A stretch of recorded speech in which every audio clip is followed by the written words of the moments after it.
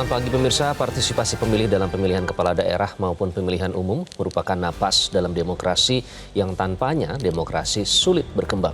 Ia adalah elemen esensial yang memampukan pemerintahan rakyat untuk hidup, berjalan, bahkan berlari kencang. Semakin tinggi tingkat partisipasi, semakin tebal legitimasi terhadap hasil pemilihan. Inilah editorial Media Indonesia edisi Sabtu 7 Desember 2024 dengan tema Menjaga Mutu Pilkada.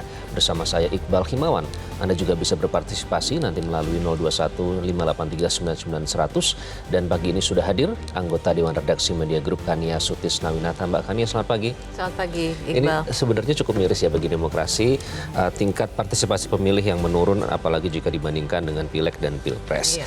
Namun sebelum kita membahas lebih lanjut, ada beberapa hal yang juga menjadi concern, kepedulian kita yang menjadi headline dalam Harian Media Indonesia. Bisa Anda simak melalui versi e-paper. Pemirsa, yang pertama, bencana meluas pasang kewaspadaan. Jadi ternyata sudah terjadi di beberapa daerah, bahkan sudah memakan korban. Mengapa harus waspada, Mbak Kania?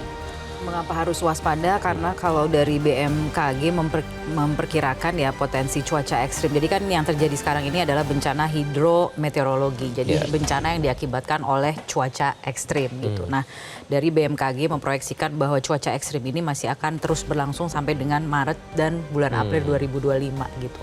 Yang kita ketahui misalnya sekarang di Kabupaten Sukabumi, Jawa Barat yang saat ini kita sudah tahu juga menjadi salah satu daerah yang mencatatkan jumlah bencana terbanyak ya. Betul. Dengan wilayah terdampak paling luas dari BPBD Kabupaten Sukabumi mendata jumlah bencana di wilayah Sukabumi itu sebanyak 190 kejadian. Ada tanah longsor 90 kejadian, banjir 52 kejadian, angin kencang 18 kejadian, tanah bergerak 35 kejadian, dan kemudian desa yang terdampak ada 101 desa tersebar di 38 kecamatan. Jadi yang paling itu hanya apa, di satu kabupaten. Yang paling penting tingkatkan kewaspadaan. Kewaspadaan dan mudah-mudahan kesiapsiagaannya itu juga sudah diantisipasi sebelumnya begitu ya, dari apakah itu dari Pemda, Pemkab dan lain sebagainya gitu untuk mengantisipasi dampaknya, karena itu yang kemudian harus dikurangi kan, dampaknya atau kerentanan dari daerah yang kemungkinan besar bisa terdampak bencana. Karena data dan peta bencananya sebenarnya sudah ada ya, tinggal sinergi dijalin antara Pemda dan juga BNPB. Nah selanjutnya kalau ini juga bencana mungkin kalau tetap dilanjutkan terutama bagi kalangan kelas menengah terkait dengan PPN 12%. Nah kemarin sudah ada konferensi pers setelah ketemu tidak berlaku untuk semua barang, tapi hanya barang mewah, Mbak Kania. Ini hasil-hasil pertemuan, walaupun kemudian masih ada catatan dari beberapa pengamat yang mengatakan bahwa ketika tarif yang berlaku itu multi tarif gitu kan, ada yang 12% untuk barang mewah, kategori barang mewah, selebihnya itu 11%. Itu kan berarti multi tarif gitu. Nah, ada beberapa pengamat yang mengatakan ini kok sepertinya tidak bisa diterapkan seperti itu gitu, karena kita tidak menganut rezim multi tarif begitu ya. Yang artinya kalaupun mau diterapkan seperti itu, undang-undangnya itu harus direvisi terlebih dahulu, tidak cukup hanya dengan PP begitu. Itu yang dikatakan oleh pengamat gitu. Jadi karena ya secara hukumnya memang undang-undang itu tidak mengenal penerapan multi tarif seperti itu, dan bahwa kemudian catatan dari pengamat, jika opsi itu yang diambil, perolehannya itu juga tidak seberapa apabila kenaikan 12% ya.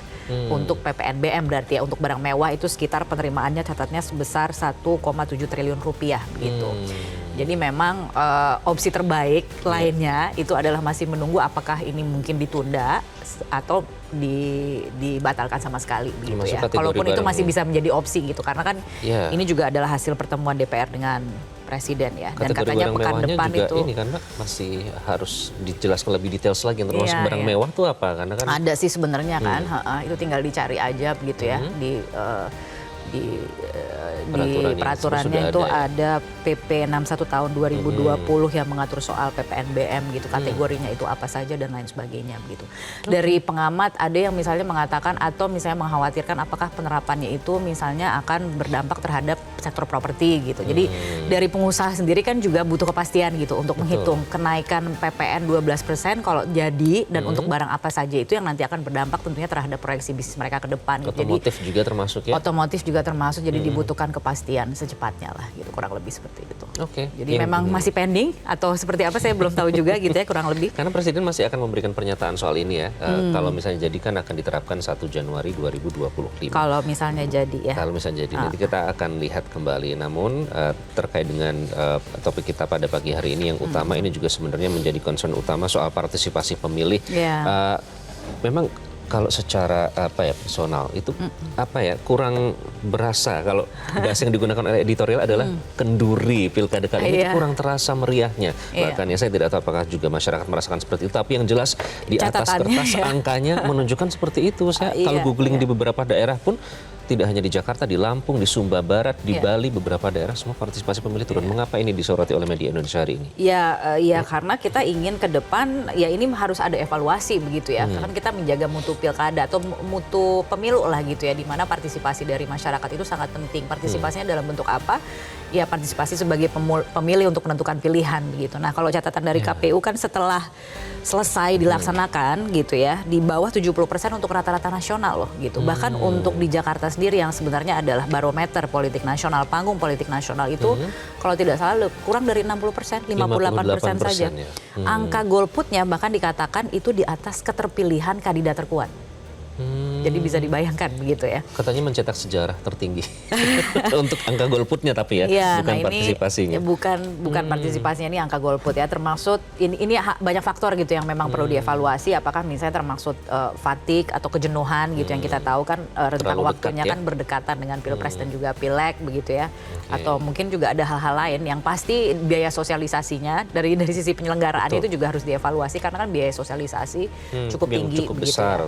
Ya. Untuk memastikan bahwa yang namanya demokrasi itu ya masa depan itu ditentukan oleh pemilihnya begitu yang berpartisipasi. Jadi kalau misalnya melorot ya kualitas dari demokrasinya itu pun juga menjadi rentan ya ke depannya gitu. Itu yang nanti kita bisa bahas lebih lanjut. Baik, itu nanti kita akan bahas dan kami nanti juga akan undang Anda untuk berpartisipasi. Pemirsa, yang menjadi topik kita pada pagi hari ini adalah menjaga mutu pilkada. Selamat menyaksikan.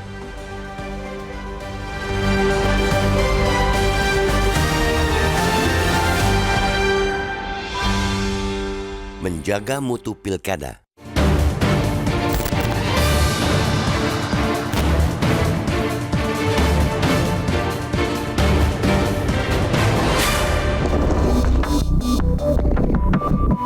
Partisipasi pemilih dalam pemilihan kepala daerah atau pilkada maupun pemilihan umum atau pemilu merupakan napas dalam demokrasi yang tanpanya demokrasi sulit berkembang. Ia adalah elemen esensial yang memampukan pemerintahan rakyat untuk hidup, berjalan, bahkan berlari kencang. Semakin tinggi tingkat partisipasi, semakin tebal legitimasi terhadap hasil pemilihan. Calon kepala daerah yang keluar sebagai pemenang benar-benar figur yang diminati dan dipercayai oleh mayoritas warga, bukan hanya oleh segelintir orang. Dengan filosofi yang sama, maka semakin rendah tingkat partisipasi akan berdampak pula pada lemahnya legitimasi terhadap hasil pemilihan. Dampaknya tentu menjadi tidak baik karena program-program yang ditelurkan kepala daerah kurang mendapat sambutan dari masyarakat. Jika rakyat apatis dan merasa tidak perlu terlibat dalam program pemerintah, tentu bisa menghambat kemajuan daerah itu sendiri. Pada ujungnya, demokrasi sebagai sistem pemerintahan rakyat akan menjadi tersakiti. Kekhawatiran inilah yang tengah menghantui Indonesia karena tingkat partisipasi pilkada serentak 2024 yang anjlok. Keikutsertaan masyarakat kali ini rata-rata secara nasional cuma 68% bila dibandingkan dengan pilkada-pilkada sebelumnya yang selalu di atas 70%. Partisipasi pilkada kali ini bahkan jauh di bawah pemilihan presiden atau pilpres dan pemilu legislatif atau pileg 2024 yang digelar pada Februari lalu. Ketika itu partisipasi pemilih pada pileg dan pilpres tercatat di atas 81%. Jakarta yang menjadi barometer demokrasi di tanah air lebih memprihatinkan lagi kondisinya. KPUD mendapati angka partisipasi di DKI Jakarta hanya 58%. Angka partisipasi pemilih 2024 itu menurun drastis jika dibandingkan dengan Pilkada 2017 yang mencapai di atas 70%. Sulit untuk membantah bahwa telah terjadi penurunan minat dan kepercayaan warga terhadap proses demokrasi di Jakarta. Tentunya penyebab penurunan minat dan kepercayaan ini bukan cuma disebabkan oleh faktor tunggal, melainkan hal-hal yang bersifat kompleks. Namun, ada satu pembeda yang absen dalam gelaran pilkada kali ini di Jakarta, yaitu faktor calon kepala daerah yang benar-benar memiliki pendukung fanatik. Bukan tidak mungkin inilah yang menjadi penyebab penurunan angka partisipasi. 7 tahun silam, ada sosok petahana Basuki Cahayapurnama alias Ahok yang dikenal mampu membuat pelayanan administrasi di DKI yang selama ini dikenal lelet menjadi lebih cepat. Ada juga sosok Anies Baswedan dan Agus Harimurti Yudhoyono yang menawarkan gagasan baru.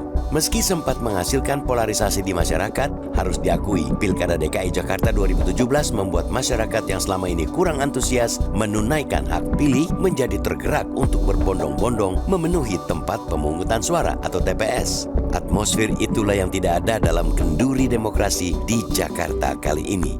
Bahkan bayang-bayang calon tunggal sempat muncul kalau saja Mahkamah Konstitusi tidak menghapus ambang batas pencalonan pilkada. Semua pihak, terutama partai politik, harus memetik pelajaran dari peristiwa ini. Rakyat sebagai pemegang kedaulatan butuh calon kepala daerah yang menarik dan bukan sekadar penebar gimmick. Ibarat menu haruslah disajikan yang berkualitas premium, lagi bergizi. Partai politik dituntut mampu membidani kelahiran calon kepala daerah yang kompeten dalam menuntaskan beragam persoalan-persoalan krusial seperti banjir, macet, serta penyediaan moda transportasi yang murah, aman, dan nyaman. Di luar persoalan figur, tentu ada banyak faktor yang perlu dievaluasi guna mendongkrak angka partisipasi pemilih. Rentang waktu yang terlalu berdekatan dengan Pilpres Pileg 2024 bukan tidak mungkin menjadikan rakyat jenuh untuk mengikuti pilkada. Kemudian, masa kampanye pilkada yang kurang bagi para kandidat dalam merebut hati rakyat. Sosialisasi oleh KPU selaku pihak penyelenggara pilkada juga tidak boleh luput dari evaluasi. Apalagi anggaran sosialisasinya tidak sedikit. Semua harus diperbaiki demi menjaga mutu pilkada dan sehatnya demokrasi kita.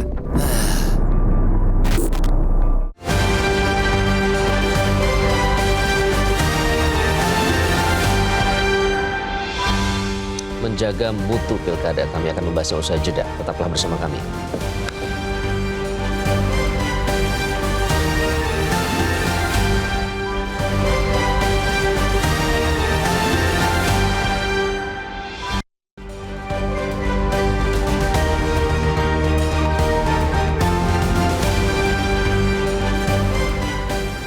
Media Indonesia mengajak Anda untuk mengakses fitur premium e-paper. Dengan sajian konten berbasis intelektual dan meneguhkan kebangsaan, Media Indonesia tampil dengan lebih dinamis melalui e-paper Media Indonesia yang dapat Anda akses kapan saja, di mana saja. Caranya mudah, download aplikasi Media Indonesia di Android atau ketik link e-paper.mediaindonesia.com atau bisa scan QR code pada layar kaca Anda. Klik tab e-paper di bagian samping layar tablet Anda, daftarkan data diri, serta pilih paket berlangganan e-paper Media Indonesia sesuai dengan kebutuhan Anda. Nikmati juga bonus spesial tambahan 4 halaman rubrik fokus setiap hari. Semua bisa Anda dapatkan hanya di e-paper Media Indonesia. Untuk informasi lebih lanjut, hubungi customer service di nomor 0811 1201 2018 atau kunjungi media sosial @Media Indonesia. Media Indonesia, referensi bangsa. Menjaga mutu pilkada itulah topik kita pada pagi hari ini. Kami undang Anda untuk berpartisipasi, pemirsa, untuk memberikan opini Anda melalui sambungan telepon. Yang pertama kita sapa, ada Pak Ondo di Bekasi, Jawa Barat. Pak Ondo, selamat pagi. Selamat pagi Bung Iqbal, selamat pagi Mbak Kania. Selamat pagi Pak Ondo. Nyoblos kemarin Pak, gimana Pak evaluasinya? Kalau di Bekasi, saya sebenarnya sudah tidak mau nyoblos, tapi dipaksa nyonya. Kenapa nggak nyoblos? Yang diusung partai yang saya suka orangnya nggak ada yang bagus gitu loh. Akhirnya saya nyoblos juga karena fanatik dengan partai aja saat itu. Oke, jadi menurut Anda bagaimana Pak tingkat partisipasi pemilih ini anjlok Pak, hanya kurang dari 60%? Ya, ini harus disadari, ibarat pesta, penyajian makanannya tidak enak, pasti banyak yang tidak makan. Yang kedua, matematik partai dengan matematik rakyat jauh berbeda. Tugas menjaga mutu pilkada ada di tangan penjara dan partai. Rakyat sebenarnya tinggal berpesta. Mutu pilkada yang diukur dari tingkat partisipasi, khususnya di Jakarta, menurut saya bukan karena sosialisasi yang kurang atau jarak pilpres dengan pilkada yang terlalu dekat, tetapi karena calon yang diusung oleh partai-partai tersebut tidak disukai rakyat. Apalagi ada calon naturalisasi, maksudnya transfer, yang dari Jabar masuk Jakarta, yang dari Banten masuk Jakarta. Rakyat menginginkan yang penduduk DKI, tapi tidak ada, maka malas milih. Bukti calon yang diinginkan DKI bisa dapat Buktinya independen di DKI bisa dapat 10%. Nah ini karena rakyat kesel gitu loh. Pilih yang independen aja deh gitu. Bila di DKJ disiapkan kotak kosong, walaupun ada 1, 2, 3 partai atau calon, pasti kotak kosong yang menang. Karena kalau kita lihat yang tidak milih itu lebih banyak gitu. Nah terakhir, Oke, baik. partai ini aneh. Sebelum Baik, pesta, terima kasih. itu tidak ada yang komen soal partisipasi. Begitu kalah, marah-marah soal partisipasi lemah. Ini lucu. Sebenarnya RK itu di Bandung itu, di Jawa Barat, tutup mata aja dia menang. Tapi dipaksakan Oke. harus Jakarta Baik, agar Pak Jabar Ondo. dan DKI menang. Demikian, terima kasih. Terima kasih. Terima kasih Pak Ondo dari Bekasi, Jawa Barat. Selanjutnya kita sapa Pak Max Simatau di Manokwari. Pak Max, selamat pagi. Selamat pagi, Iqbal. Ya, Selamat sepertinya pagi, ramai ya Pak Pak. Kania, dan Pilkada di selamat Manokwari. Selamat Bagaimana pagi, Anda Pak. memenangkan Pilkada di Manokwari partisipasi? berjalan aman. Ya, saya berterima kasih karena Anda pun datang untuk mendebat kandidat gubernur. Betul Pak. Sekalipun Betul, cuma Pak. satu pasangan calon. Nah, cuma saya bilang waktu itu kita tidak sempat bertemu langsung. Betul, Oke. senang Metro TV dapat Untuk Pilkada berpartisipasi Pak. Manokwari, ya, tingkat partisipasi di Manokwari ini cukup lumayan. Memang juga masih ada masyarakat yang tidak datang, hanya ya katakanlah di bawah 10%. Ya, karena pemilih di Provinsi Papua Barat ini cukup banyak. Untuk Manokwari 132 ribu lebih, tapi semuanya datang dan kondisi Manokwari saat ini aman-aman. Baik pilkada gubernur maupun pilkada Kabupaten Manokwari khususnya. Saya melihat pilkada secara menyeluruh kali ini, kalau saya boleh menilai, sekalipun tingkat partisipasi itu rendah, tapi umumnya berjalan dengan aman. Kalaupun ada riak-riak kecil, itu hanya ya kecil, itu biasalah, namanya politik. Tetapi yang saya inginkan, dan itu diinginkan oleh semua masyarakat Indonesia, bahwa ketika dalam suasana politik Iqbal dan Mbak Kania, itu ada perbedaan. Perbedaan dalam berpolitik itu biasa. Tetapi momen itu sudah berakhir. Tanggal 27 kita sudah coblos, kemudian KPU mulai dari panitia pemilihan tingkat kecamatan sampai kabupaten, provinsi, semua sudah melakukan penghitungan suara dan sudah mulai ada pleno-pleno. Saat ini kita hanya tinggal menunggu siapa yang menang, ya dilantik. Kemudian yang kalah mengucapkan selamat kepada yang menang, dan untuk seluruh masyarakat Indonesia, mari kita kembali bersatu. Baik Pak. Perbedaan pada era Oke. politik itu kita lewati ketika kita bersatu untuk membangun Indonesia ke depan menuju Oke, Indonesia persatuan emas. itu yang paling penting ya. Terima kasih Pak Max bergabung dari Manokwari. Selanjutnya ada Pak Ramadan di Jambi. Pak Ramadan, selamat pagi. Selamat pagi, Assalamualaikum warahmatullahi wabarakatuh, Pak Iqbal dan Mbak Waalaikumsalam Kania. warahmatullahi Terima kasih wabarakatuh. kesempatan baik ini untuk saya.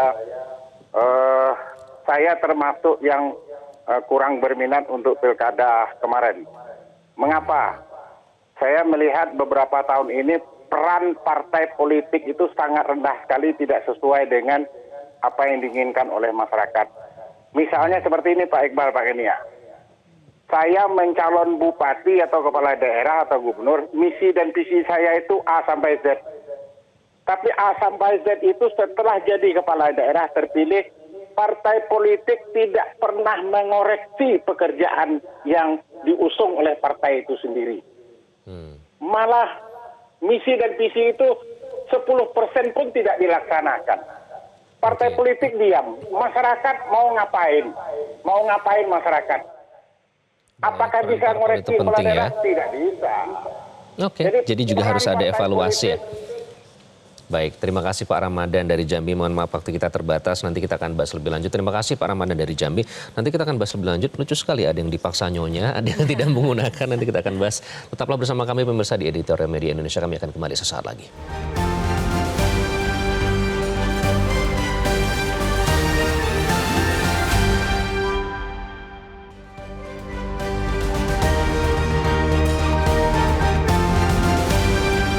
Kembali kembali di Editorial Media Indonesia. Tadi penelpon bilang harus ada yang dievaluasi untuk menjaga mutu pilkada. Jadi apa yang paling penting prioritasnya Mbak Kania? Apa yang paling, ya ini masih sesuai, semuanya masih inline gitu ya. Terima kasih banyak kepada para penelpon, ini penelpon setia kita ya. Ada betul. yang memang dipaksa gitu harus menunaikan gitu ya. Tapi ada juga yang misalnya memang Dengan ya karena tidak terlalu tertarik misalnya dengan figur-figur gitu yang ditawarkan. Begitu juga misalnya kinerja dari partai politik. Ini kan pelajaran penting juga bagi partai politik gitu ya. Bagaimana mereka menyikapi hasil dari Pilkada 2024 ini terutama dalam tingkat partisipasi, dan kemudian bahwa ke depan ini juga terlihat jelas dari apa yang disampaikan oleh para penelpon kita, ya kita membutuhkan sosok yang memang kompeten yang bisa menyelesaikan masalah di daerahnya gitu. Karena minang Pilkada itu hanya satu bagian kan gitu. Setelah menang terus apa? Itu kan bekerja untuk menyelesaikan masalah yang ada di daerah masing-masing. Sesuai dengan janji mereka. Sesuai dengan janji mereka begitu. Jadi ketika misalnya kita bicara ada pemimpin yang menebar gimmick dan lain sebagainya gitu kan, at the end of the day you still have to work gitu lah, kurang lebih seperti itu ya kan. Itu tetap akan dituntut gitu, apa sih janji-janjinya selama masa kampanye, dan itu yang harus direalisasikan ketika menang nanti gitu. Nah ini yang kemudian menjadi refleksi kita bersama, terutama kepada partai politik juga, untuk bisa melahirkan pemimpin-pemimpin atau figur pemimpin, calon pemimpin yang memang dekat atau sesuai dengan harapan dari rakyat gitu kan. Tadi dikatakan seperti itu ya, matematik rakyat dan partai itu kok berbeda jauh, itu yang dikatakan oleh Pak Ondo gitu. Itu mungkin kita bisa garis bawahi. Baik. Dan tentunya demokrasi ini kan juga harus kita perjuangkan ya gitu. Jadi pilkada ini akan menjadi momentum penting bagi konsolidasi demokrasi di Indonesia. Jadi partisipasi pemilih ini memang kalau kita bicara dari sosialisasi ya, kalau misalnya memang harus diajak seperti misalnya Pak Ondo tadi ya, itu yang harus Semua dilakukan. pihak harus bersinergi. Tapi tentunya ya ada banyak faktor lah, evaluasinya itu harus dilakukan secara menyeluruh. Mbak Kania, terima kasih. Kita jaga bersama mutu demokrasi melalui pilkada. Semoga tingkat partisipasi ini bisa meningkat di masa mendatang. Pemirsa, sosialisasi oleh KPU selaku pihak penyelenggara pilkada juga tidak boleh luput dari evaluasi. Apalagi anggaran sosialisasinya tidak sedikit. Semua harus diperbaiki demi menjaga mutu pilkada dan sehatnya demokrasi kita.